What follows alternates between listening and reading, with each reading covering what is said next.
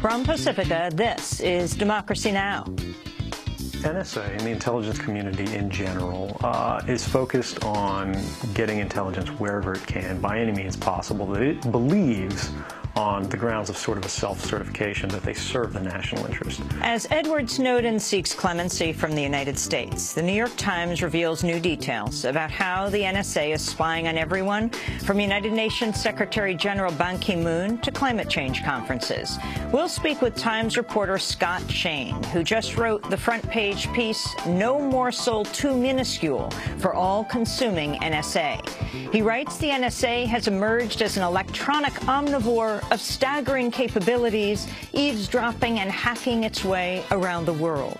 Then Pakistani-American journalist Madiha Tahir travels to northwest Pakistan to interview people affected by the U.S. drone war. In this broadcast exclusive, we air her new film, Wounds of Waziristan. Waziristan is only half the size of New Jersey. How would it feel if bombs rained over New Jersey for 9 years? Would you be frightened? If they killed your son, your cousin, or your husband and got away with it, would you be angry? All that and more coming up.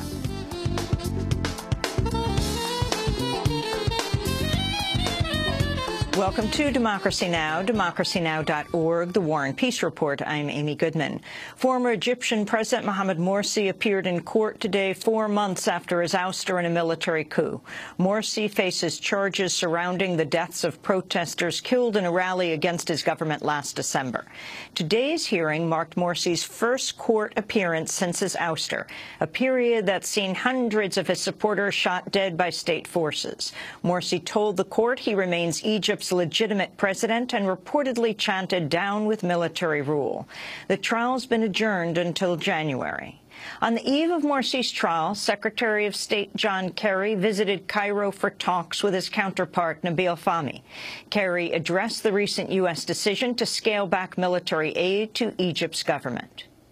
Of course, we understood that the decision with respect to some aid, which has been held back for a period of time, we knew that in some places, obviously, that wouldn't be well received.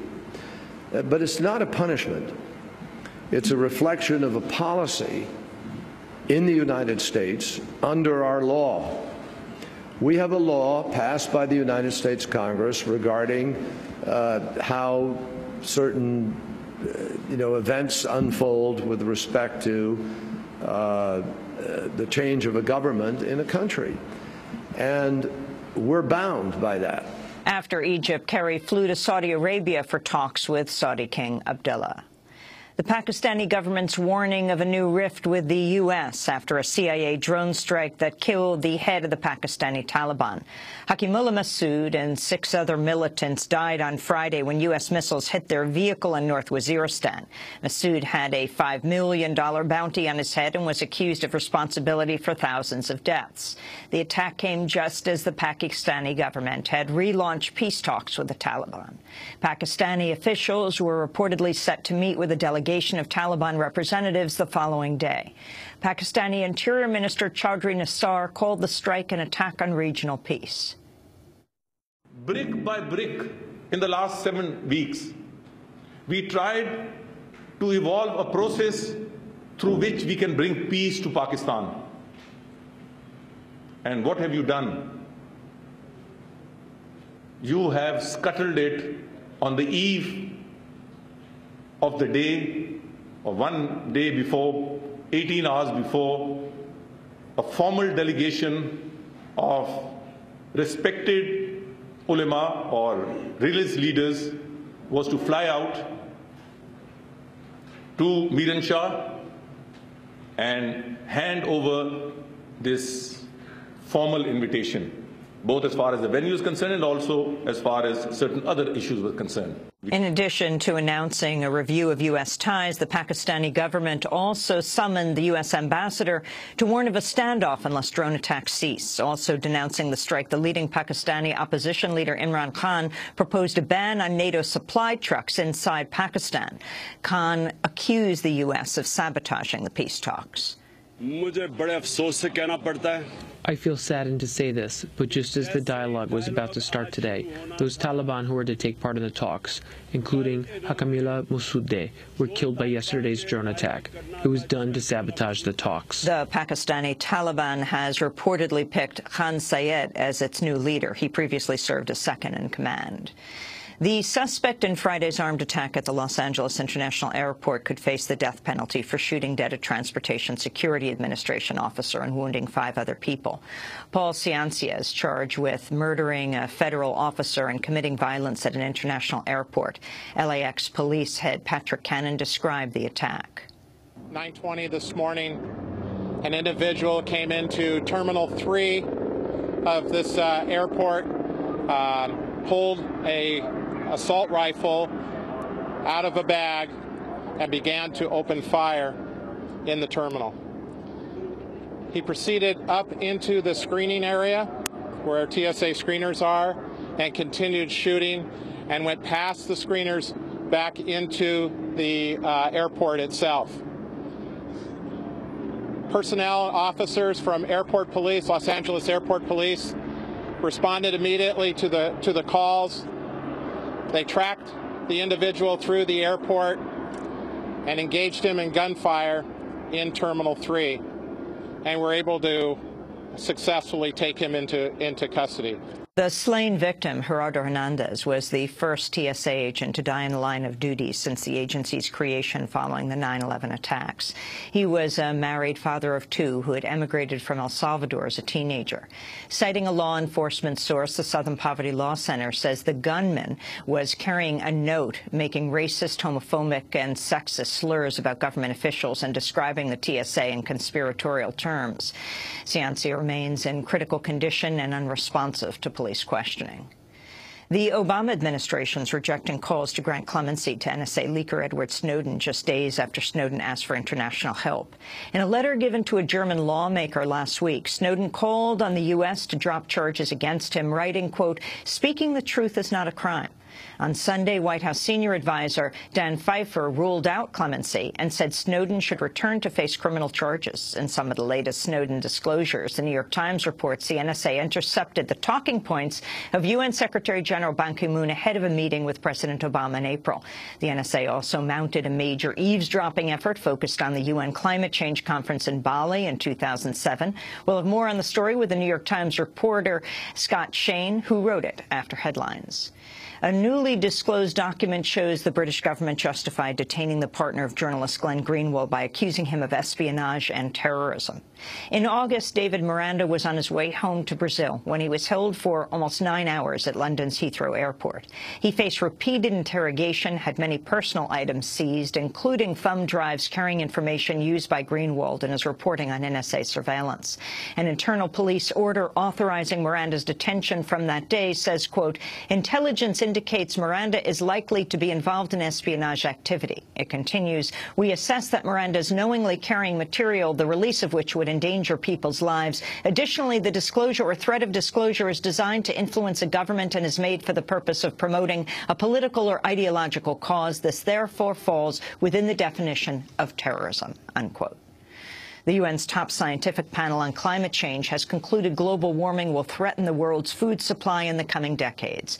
A leaked draft of the Intergovernmental Panel on Climate Change's next report warns climate change could reduce crop production by 2% each decade for the rest of the century, driving up prices and plunging millions more into hunger and starvation. It's the first time the IPCC has issued a dire warning on global warming's threat to the world's food supply.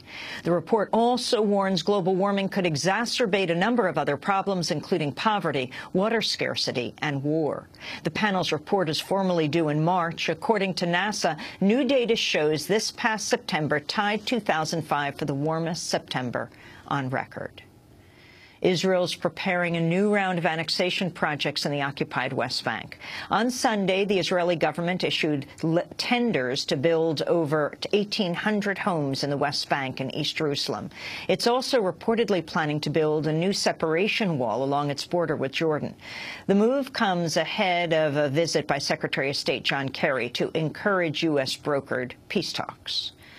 The pending Geneva Peace Conference on Syria appears further in doubt after months of delay. On Sunday, the opposition Syrian National Coalition said a timetable for the departure of President Bashar al-Assad remains a precondition for its involvement. The coalition also rejected the inclusion of Iran at the negotiating table. The Syrian government, meanwhile, accused Secretary of State John Kerry of interference for publicly backing a handover of power. 2 French journalists have been found dead following their abduction in Mali. Claude Verlon and Ghislaine Dupont of the radio network RFI were kidnapped after interviewing a separatist leader in Mali's north. 12 suspects have been arrested for the pair's murder. France invaded northern Mali earlier this year to fight rebel forces. A new book claims President Obama's campaign team considered replacing Vice President Joe Biden with Hillary Clinton for Obama's re-election bid. The idea was reportedly discussed but ultimately abandoned because it wouldn't significantly improve Obama's chances. At the White House, Press Secretary Jay Carney said Obama never considered dropping Biden from the ticket. What I can tell you without a doubt is that the president never considered that, and had anyone brought that idea to him, he would have laughed it out of the room. On Sunday, President Obama campaigned in Virginia for Democratic candidate Terry McAuliffe ahead of Tuesday's gubernatorial election. McAuliffe is squaring off against Republican Ken Cuccinelli, Virginia's attorney general, who's known for his efforts to curb abortion access. In his remarks, Obama seized on the impact of the recent government shutdown. You've seen an extreme faction of the Republican Party that has shown again and again and again that they're willing to hijack the entire party and the country and the economy and grind progress to an absolute halt if they don't get 100% of what they want. Now, this isn't just speculation. We just saw it last month. Here in Virginia, you felt the pain of the first government shutdown in 17 years. And there aren't a lot of states that felt more of the pain than folks right here in Virginia. In New York City, day laborers and their allies gathered Sunday to call for immigration reform and to highlight the role of immigrant workers in the recovery effort after Superstorm Sandy just over a year ago. The workers rallied in Foley Square to call for relief from deportation for workers who help rebuild the city. The protests came on the heels of a New York Daily News report showing 74% of construction workers who die on the job are Latinos, even though census figures show Latinos account for just 41% of such workers. Pablo Alvarado of the National Day Labor Organizing Network said safety for relief workers is a key demand. After a natural disaster, workers need to be protected. FEMA comes in and they bring relief to homeowners, to a lot of people who are affected. But workers' rights, people who go in, the first responders, people who go in and take out the contaminated waters, they don't even receive a glove or a hand. Headlines. That needs to change. This is Democracy Now!, democracynow.org, The War and Peace Report. I'm Amy Goodman.